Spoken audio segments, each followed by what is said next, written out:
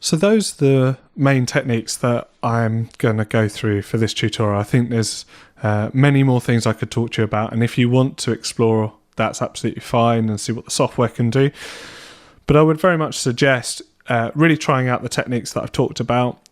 If you don't want to use anything to do with the automation to begin with, so the volume control and the panning in this view, then don't feel that you have to. You can actually control everything from here. You can change the volume for each track there and the panning, but that would just be a static setting, so that would be for the whole of your performance, and that is absolutely fine. Now, before you start, what I'd suggest you do is go back to library, because you may well have been working this project file. It could be quite messy now, and you might have done some things that you're not sure how to turn off or fix, and that's fine, because that's what you need to do. But go back to library.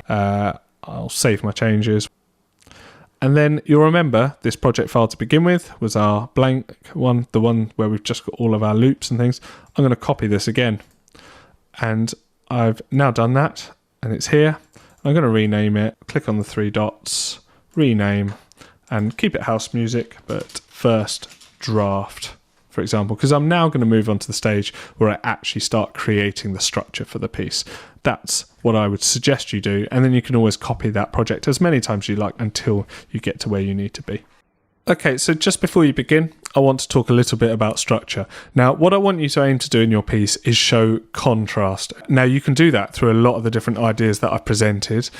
Before you begin, just maybe make a little bit of a plan of the different things you're going to do. So, for example, you might want to get a bit of paper and just draw it out. For example, I know that I've got my call and response sort of idea.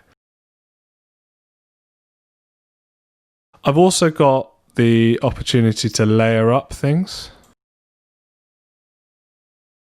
Now you might want to put notes next to it, things like get louder, initial ideas that you might have. And then actually I decided for my piece, I'm going to have this kind of call and response thing at the beginning.